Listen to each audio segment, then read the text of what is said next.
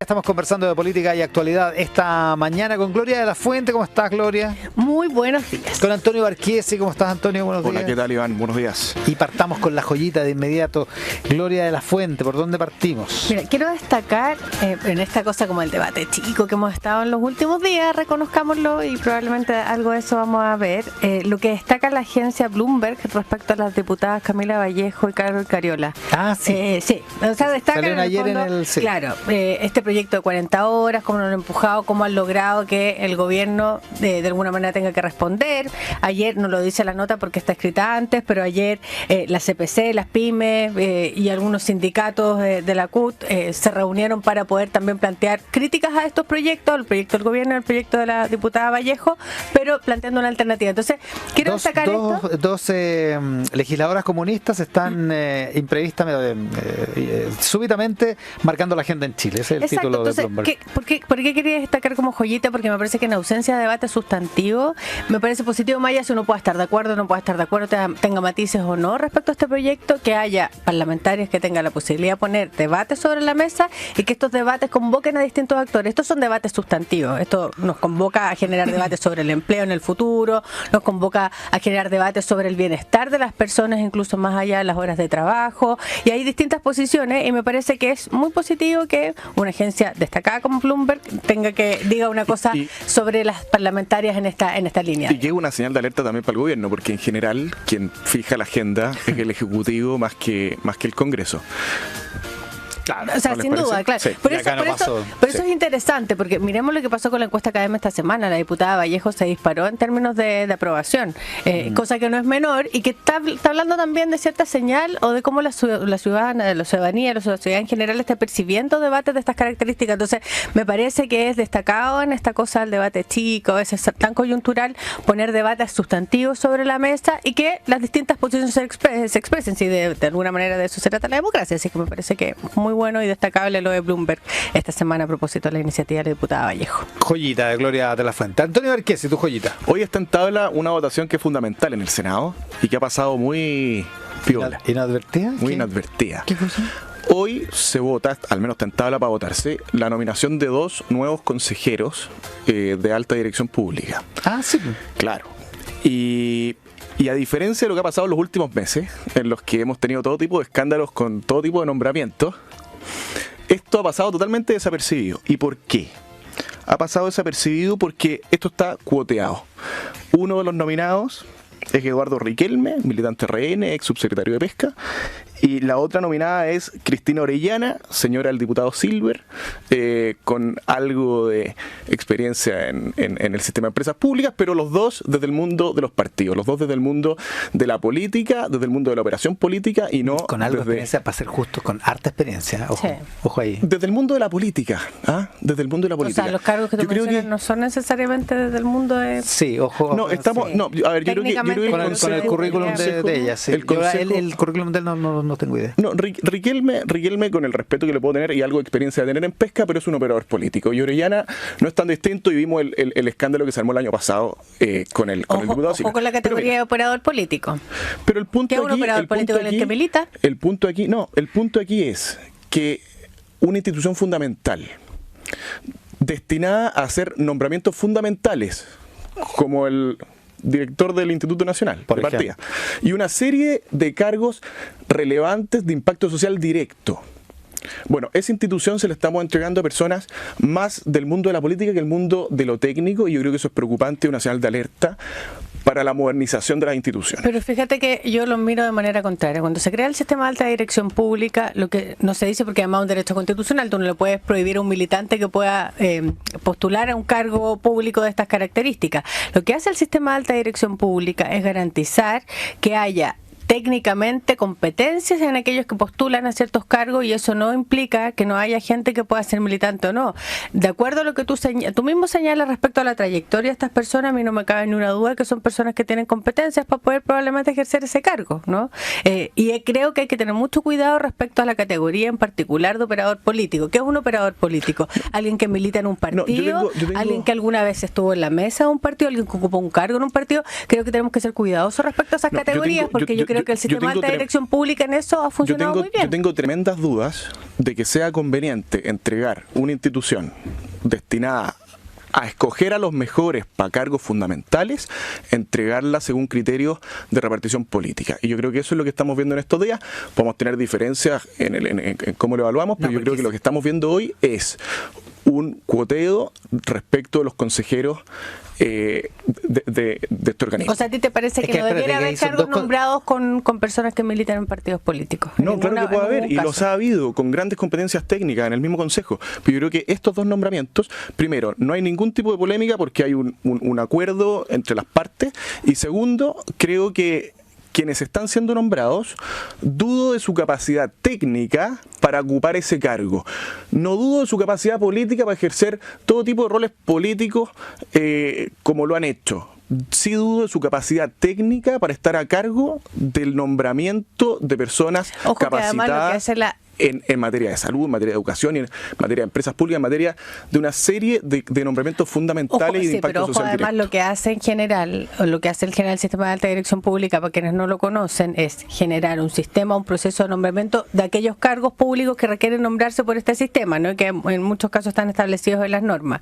Se hace una convocatoria. En general, los procesos están abiertos a headhunters que hacen la pega de convocar, de reclutar, de entrevistar, todo el proceso de selección. El Consejo de Alta Dirección Pública fija las pautas, y al final del proceso el Consejo de Alta Dirección, en función de todos esos antecedentes que son abiertos, que es donde participan otros actores, hace una selección de los cargos, pero una selección que no es la nominación del Consejo de Alta Dirección Pública. Lo que hace el Consejo en general es hacer una propuesta a las autoridades que tienen que tomar la decisión. Entonces a mí me parece que es un sistema que en general ha funcionado bien, que no ha estado ajeno en el pasado tampoco a nombramientos, porque creo que los órganos colegiados en Chile, dado el sistema de nombramiento que existe en general, es de esa manera. Lo que uno debiera garantizar, más que haya militantes o no haya militantes de partido, es que sea gente que tenga una trayectoria que avale el cargo que va a ocupar en el futuro. Pues si no transformamos todo el mundo en operador político y tenemos sospecha de la política, y eso no es el camino. El punto aquí no es si son o no son militantes. Hemos tenido gente militante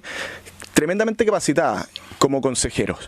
El problema hoy es que estos dos nombramientos, a mi juicio, responden más a un cuoteo político que a un criterio de excelencia técnica. Y yo creo que es un problema gravísimo que estemos entregando sillas en este consejo según esos criterios. Ese es el problema. O sea, el problema no es que sean militantes. El problema es que ¿cómo es posible que la institución destinada a escoger a los mejores según argumentos técnicos, bueno, sus consejeros estén siendo nombrados según criterios políticos de cuoteo? Yo creo que eso es lo que estamos viendo.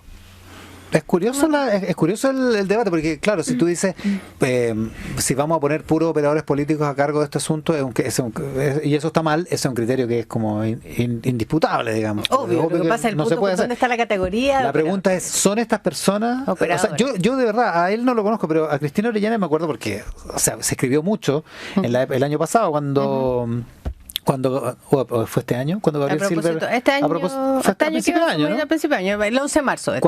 Cuando Gabriel Silver no pudo acceder a la presidencia de la Cámara de Diputados, se escribió mucho sobre ella. Tiene tremenda trayectoria. Tiene una gran trayectoria, por eso tengo más dudas. O sea, de hecho, fue presidente del sistema de empresas públicas, que no es un cargo, es cierto que es un cargo de designación política, lo designa el presidente de la República y la designó la presidenta Bachelet en ese cargo, pero tampoco es un cargo que puede ser para cualquiera, competencias técnicas, evidentemente. Tiene algo de experiencia en el sistema de empresas públicas. Yo dudo de su capacidad técnica para el Consejo. Y Riquelme, pero alguien que conoce del sistema de empresas públicas.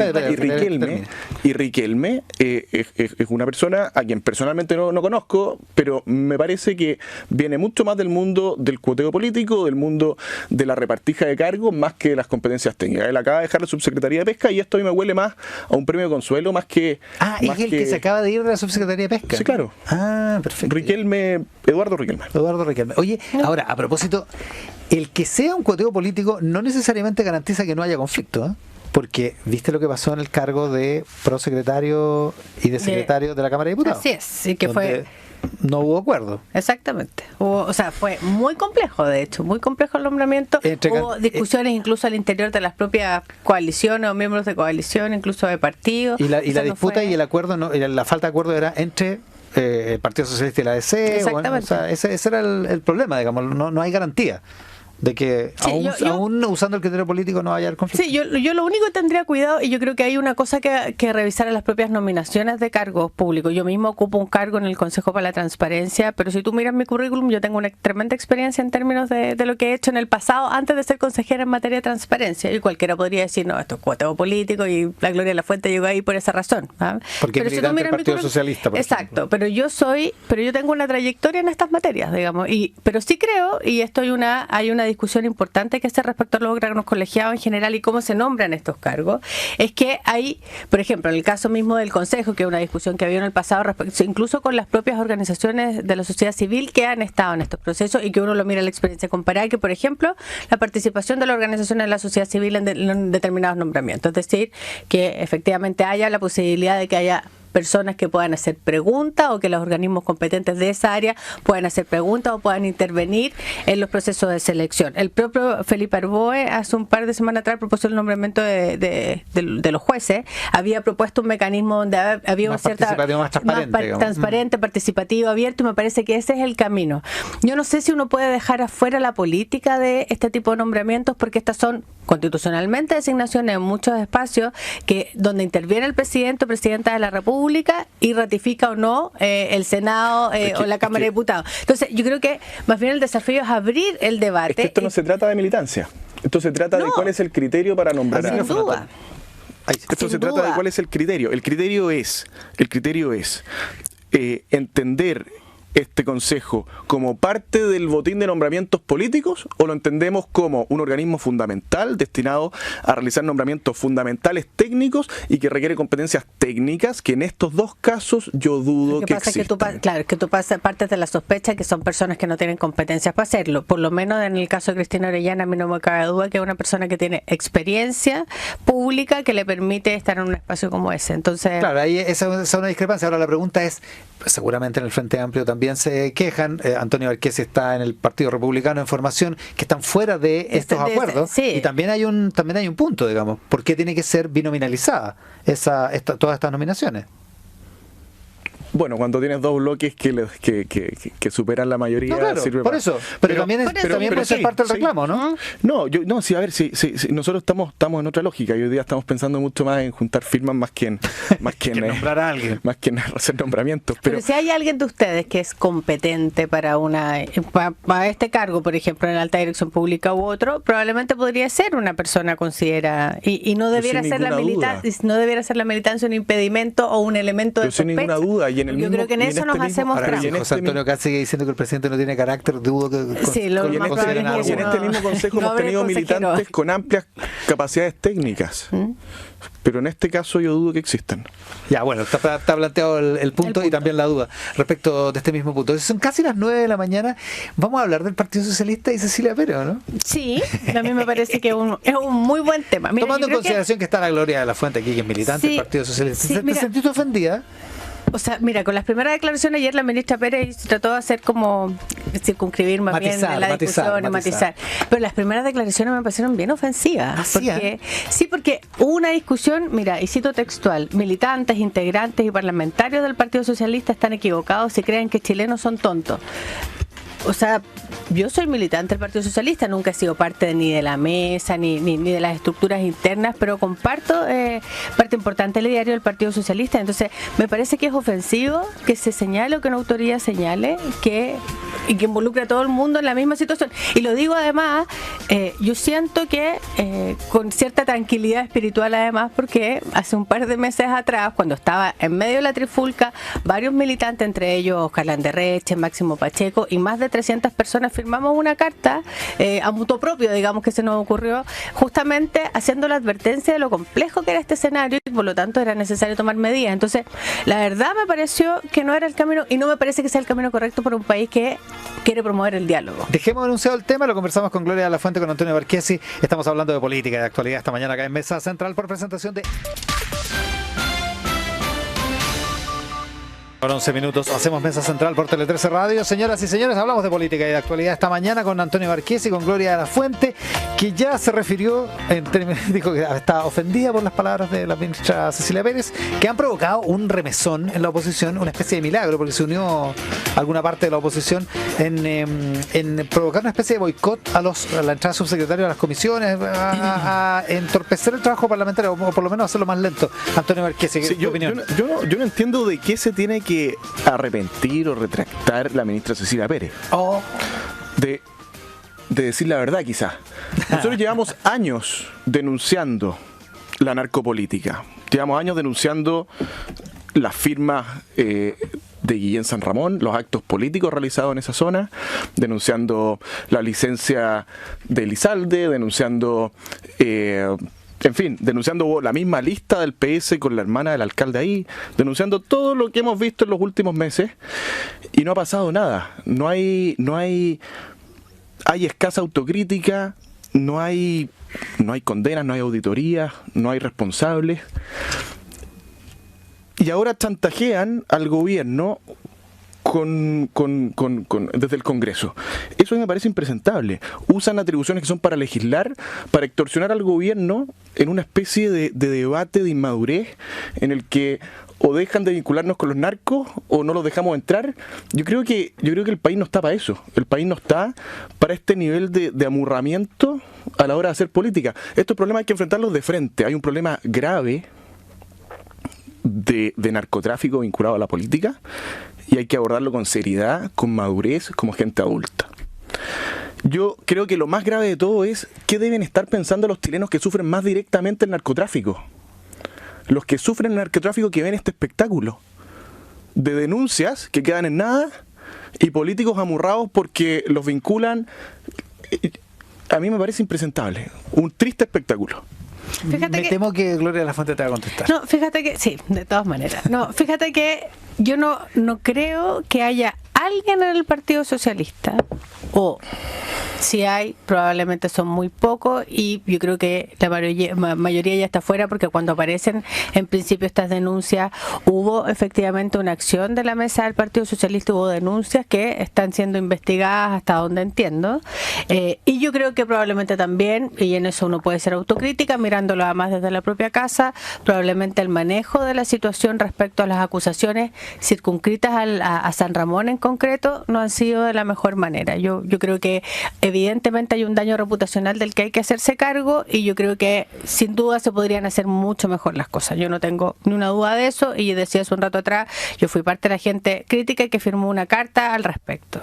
No creo tampoco que el tema del narcotráfico que ha penetrado particularmente algunas de las poblaciones y varias poblaciones a lo largo del país, sea una cosa que solamente probablemente atañe un partido. Yo creo que hacerse cargo de una cosa tan compleja como esa implica tener altura de miras y decir, mira, la verdad es que no podemos llegar a una situación tan compleja en nuestro país como la que llegó Colombia, como la que llegó México, por lo tanto hagámonos cargo antes. Lo que uno esperaría como señal, y yo creo que señal transversal de los partidos en general, es no solamente la condena, sino que además decir que respecto a las drogas en general, respecto particularmente al narcotráfico, se debe hacer inclaudicable. Y yo creo que efectivamente el Partido Socialista ha hecho lo propio, pero sin duda han faltado señales al respecto. Pero otra cosa es que hay una ministra de Estado que, en función de una situación particular que se genera en torno a una acusación constitucional que el Partido Socialista ha ido anunciando, haga una declaración tan altisonante que genere un debate político que yo creo que fue bien inesperado después. Yo creo que no había visto nunca la oposición tan unida como en estos días a propósito de esta situación. Y me parece complejo, porque la verdad es que si uno quiere generar un diálogo político, yo particularmente creo que el camino del diálogo es el camino y no el de la confrontación permanente, donde finalmente nos entendemos como una especie de enemigos, ¿no? Hay que entender que podemos ser adversarios políticos, tener ideas distintas, pero esto se construye en el diálogo. Y me parece que obstruye toda posibilidad de diálogo poner la discusión de esta manera como se puso. Yo creo que todos podemos expresar y tenemos legítima derecho a expresar una preocupación súper relevante sobre el tema del narcotráfico y la narcopolítica, en el fondo, que de alguna manera se puede apoderar y genera flagelos enormes para los países. Decía hace un rato los ejemplos. Entonces sí tendría que arrepentirse la ministra. Yo creo que hay que bajar 3 tonos la discusión política que estamos teniendo ahora. O sea, a mí me parece que no es la manera en que nosotros debiéramos discutir en política, porque genera cualquier imposibilidad de diálogo para el futuro. Yo valoro, Gloria, tu forma de abordar este problema dentro del Partido Socialista, y si efectivamente es tan ampliamente compartida dentro del partido, no lo sé, pero lo que uno esperaría es que se eche a andar esa visión, esa forma de abordar el problema. Yo creo que no se ha abordado con la suficiente autocrítica, con la suficiente responsabilidad nacional, porque este es un problema nacional enorme, gravísimo, el problema del narcotráfico, pero valoro tu forma de abordarlo y espero que dentro de tu partido sea más ampliamente compartida esa visión y se tomen medidas para evitar que esto vuelva a suceder hacia el futuro. Además que sucede en cualquier partido, si ningún partido está libre cuando se instalan relaciones clientelares a nivel territorial. Cuando los partidos no tienen suficiente capacidad de fijar finalmente límites respecto a los temas de la militancia. Pero es que hay dos elementos, porque uno es que hayan relaciones clientelares dentro de los partidos. Yo creo que eso lo hemos visto a lo largo de Chile en partidos muy distintos. Pero una cosa es una relación clientelar en la que el concejal tiene sus presidentes de juntas de vecinos y tiene algún tipo de ascendencia sobre ellos, y otra cosa es que esa ascendencia sea sobre narcotraficantes. Son cosas bien distintas. Sí, ahora yo creo que hay que investigar. Son cosas bien distintas. Entonces, si tú me dices que hay relaciones clientelares en la política, las hay, sin ninguna duda. Si tú me dices pero son un perjuicio, porque abren una puerta que es peligrosa. Sí, claro.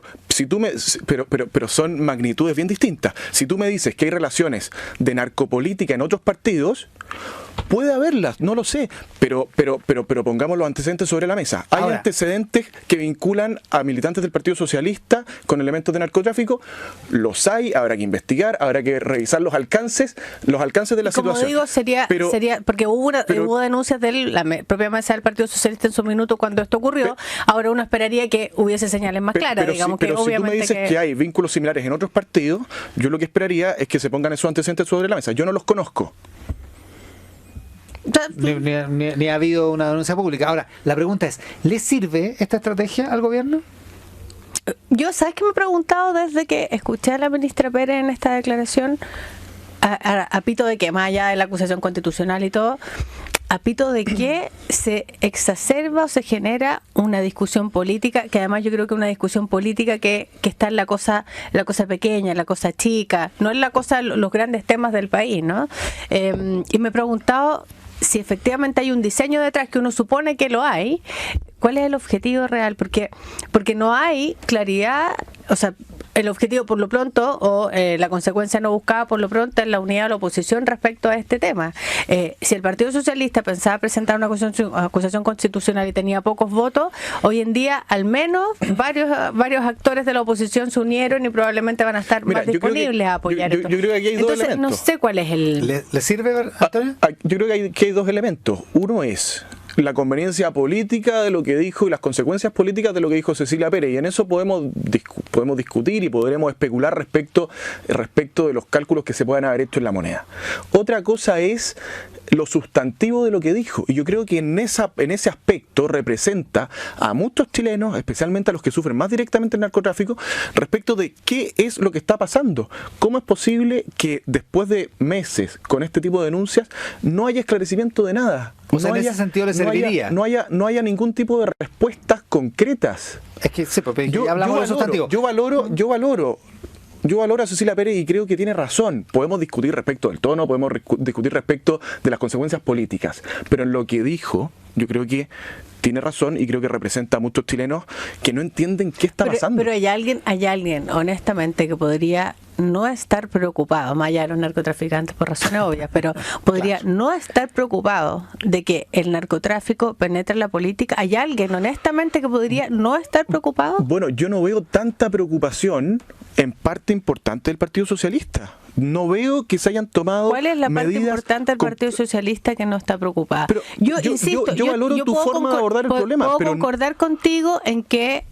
frente a un daño reputacional como el que hemos visto que ha sufrido el Partido Socialista, ¿sí? Porque andamos cosas, eso es así, probablemente hay acciones que podrían ser abordadas de mejor manera.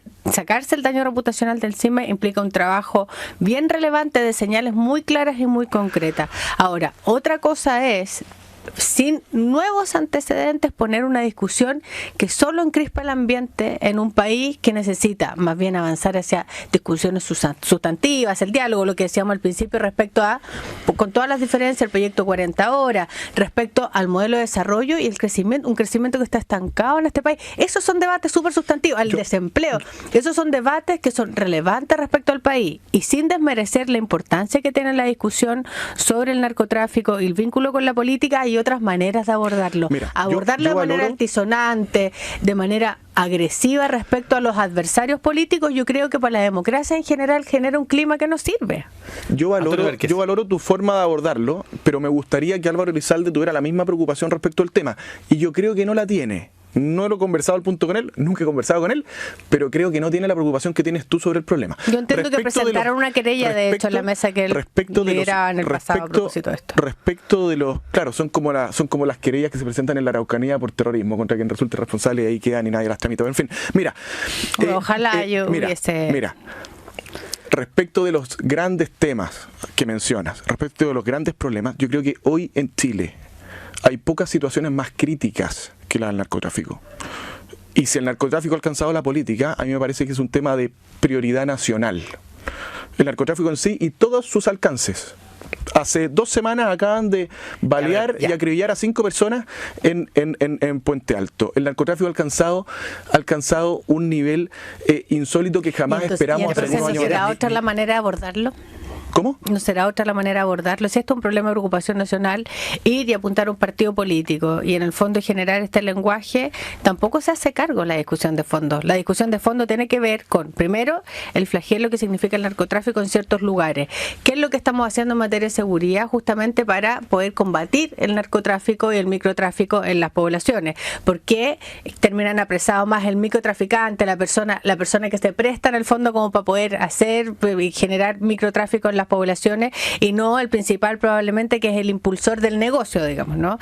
O sea, todo ese tipo de cosas yo creo que generan un debate que es sustantivo a nivel nacional, yo creo que sin lugar a dudas, pero seamos francos, aquí no había pasado nada, po. Hace 2 semanas fue lo de la masacre en Puente Alto y tampoco se habló sobre el narcotráfico, entonces evidentemente hay alguna decisión política detrás de la arremetida, porque además la arremetida viene justo en contestación a la idea que aparecía en el diario, digamos, me parece que la tercera lo lleva el lunes, la idea de reflotar la acusación constitucional contra la ministra Cubillo. Entonces, hablemos un poco de la estrategia política. A eso me refiero porque ya entiendo, está hablado lo sustantivo. Porque lo que tú dices no hay nada nuevo. ¿Sirve como desde el punto de vista de la estrategia política? Esto es una decisión política, poner este tema. O sea, además, por eso cuesta leer, y por eso decía, pensaba ayer, cuál es la razón por la cual, o cuál es el cálculo que hay detrás para un gobierno que no tiene mayoría en el Parlamento, que necesita permanentemente contar con los votos, en el fondo ir al diálogo, en un ministro que yo lo he dicho varias veces, me parece que ha hecho bien la pega, y una pega difícil, que es tratar de llegar a algunos acuerdos estando en situación de desventaja, que es el ministro Blumel. ¿Qué gana con enervar, digamos? Y justamente la lógica, el ministro Blumel es un ministro que es súper dialogante, que ha tratado de navegar en aguas complejas y turbulentas, pero tienes una vocera de gobierno que representa el sentir del gobierno, porque además el presidente lo refrenda ayer, muy complejo y refrendando este debate. Entonces hay como una disonancia cognitiva entre querer generar diálogo y generar acuerdos, y por otro lado darle palos a la oposición. Sí, efectivamente, yo tengo una visión similar. Yo creo que este gobierno ha sido algo errático a la hora de relacionarse con la oposición. Yo creo que una semana es de intentar algún acuerdo y la semana siguiente es de golpear la mesa, y yo creo que eso ha ha faltado quizás una línea más clara en el mediano plazo. Yo creo que ha sido un camino un poco errático. Tengo una opinión un poco distinta respecto de las habilidades de Blumel a la hora de relacionarse con los parlamentarios. Pero sí, creo que falta por parte del gobierno una forma más clara de guiar la discusión y guiar las relaciones con la oposición. Porque además debe ser un efecto no deseado para la moneda que estemos hablando de esto, no porque estén preocupados de lo que hacemos nosotros, digamos, pero que se esté hablando de esto y no de Mauricio Hernández Norambuena, digamos. Exactamente. Que el gran golazo del gobierno, además, no sé si del mes, capaz que del año. O sea, claro, además esperadísimo durante muchísimo tiempo, además en un reconocimiento ya, o sea, hasta alturas de la vida, la verdad es que ¿quién podría defender lo que sucedió con el asesinato de Jaime Guzmán? Yo creo que francamente siempre hay gente. Pero me parece que ha sido, o sea, claro, ha sido un triunfo para este gobierno en ese sentido, que alguien que está imputado por, o sea, que alguien que participó en el asesinato de Jaime Guzmán venga a cumplir condena a Chile, y que en el fondo se le dé las garantías constitucionales al respecto. Y me parece ahí. Yo quiero mencionar dos elementos respecto del tema Hernández Norambuena. El primero es que cuando estuvimos con el actual presidente de Brasil, antes de que fuera presidente en su casa entre la primera y la segunda vuelta, le planteamos algunos temas relevantes para Chile, y uno de los temas que le planteamos fue el caso de Hernández Norambuena, y lo que nos dijo el que hoy es presidente de Brasil fue: Brasil va a dejar de ser una guarida de terroristas. Él se refería a otro caso emblemático en Brasil que aquí se conoce poco, el de Cesare Batista, un terrorista italiano responsable de instalar una bomba que mató a 4 personas y dejó una quinta persona tetrapléjica, y que figuraba como refugiado político en Brasil, refugio otorgado por el gobierno de Lula. Y lo expulsaron, ¿no? Una de las primeras medidas del gobierno de Bolsonaro fue extraditarlo a Italia, donde hoy día está cumpliendo condena. Y sería bueno atender lo que dijo ayer Eduardo Bolsonaro en la Cámara de Diputados. Dijo: nosotros promovimos esta extradición para evitar que Hernández Norambuena recibiera un beneficio carcelario dentro de los próximos meses en Brasil, por el riesgo que implicaba de fuga y de que no pudiera cumplir la pena que le esperaba en Chile. Yo creo que hay que valorar el compromiso del actual gobierno de Brasil con los derechos humanos y con el cumplimiento efectivo de las condenas de terroristas. Ahora, el gobierno chileno no reconoce eso, ¿eh? Le preguntamos al canciller más temprano y dijo que no había recibido una advertencia del Estado brasileño y que no había participado en nada en la administración de Bolsonaro. Yo creo que no es así. Yo creo que no es así. Pero bueno, queda para la especulación. Eso sería. Ya, nos quedan algunos segundos. Una recomendación. Gloria Lafonte. Una gran película, la verdad que me conmovió ayer y que aún lo deja dando vuelta y pensando, que es Araña, una película que trata, o sea, básicamente se hace cargo de la historia de Patria y Libertad, un movimiento político de los años 70, los años crispados, donde el debate estaba realmente crispado en nuestro país, y que narra la historia de personajes que en el fondo tienen cierta vinculación con el presente, una historia que está construida en el pasado, pero también en el presente. Y creo que es bien interesante porque yo creo que nos muestra cuán peligrosa se torna para una sociedad la polarización y la intolerancia. Yo creo que ese es el mensaje fundamental de la película, y la vejeza a veces en el debate político, la discusión que en el fondo no se torna cuidadosa con los principios básicos del diálogo y la democracia. Y yo creo que es una película que vale mucho la pena ver, una película de Andrew Wood, que nos muestra, la necesidad de hacernos cargo de evitar la crispación del debate para llegar a esos puntos donde finalmente la violencia política se instala. Araña, que está en cartelera, buena. Muy buena. Sí. Antonio Erquis, recomendación. Mira, ya que están empezando a mejorar los días y que estamos comenzando a dejar atrás el frío del invierno, yo quiero dejar esto una invitación al Parque Tricao, Santo Domingo, solo 1 hora de Santiago. Está muy bueno para tener una experiencia de conexión con la naturaleza, para poder hacer algo de deporte al aire libre, en familia, especialmente el fin de semana, pero además tiene el mayor aviario de Sudamérica, con más de 50 especies, más de 800 aves que se pueden visitar muy cerca de Santiago, y está muy bueno para visitar, no, abierto, para visitar el fin de semana. Así que, ¿Parque? Tricao en Santo Domingo. Ahí al lado del mar, literal. Al lado del mar. Antonio Erquis y Gloria Lafuente, muchísimas gracias por el programa de hoy. Que les vaya muy bien. Muy buenos días. Buenos días.